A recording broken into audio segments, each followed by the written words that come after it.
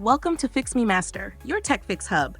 If you love tech tutorials and troubleshooting, hit that subscribe button and let's get started. Looking for a powerful yet lightweight code editor?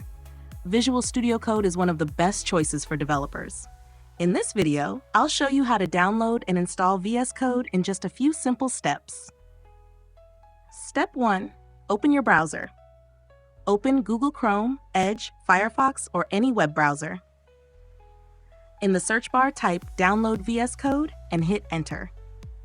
Click the first link, which should be code.visualstudio.com. Step 2. Download VS Code. Once you're on the official Visual Studio Code website, you'll see a Download for Windows button or Mac Linux based on your OS. Click the Download button and the VS Code setup file will start downloading. Tip: if you're on Mac or Linux, click the drop-down menu to choose the right version. Once the download is complete, open the .exe file. Click Run, then follow these steps. Accept the license agreement. Click Next through the installation steps. Choose whether to create a desktop shortcut. Click Install and wait for the process to finish.